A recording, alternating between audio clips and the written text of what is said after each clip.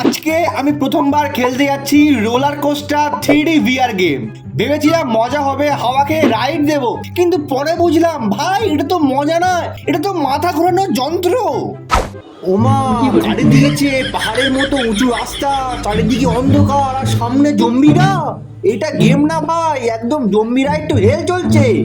ওই দেখ ভাই, সামনেই জম্বি। ভাই সাইড হও, আমি আসছি। না টানি কেটে, আমি কন্ট্রোল হারাচ্ছি।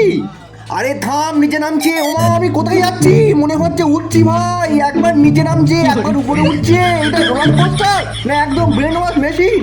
এখন ঘুরাচ্ছে 360 ডিগ্রি। ওমা, আমি বাঁকা মাথায় কোথায় রেখেছি রে? এই পড়ে গেলাম রে।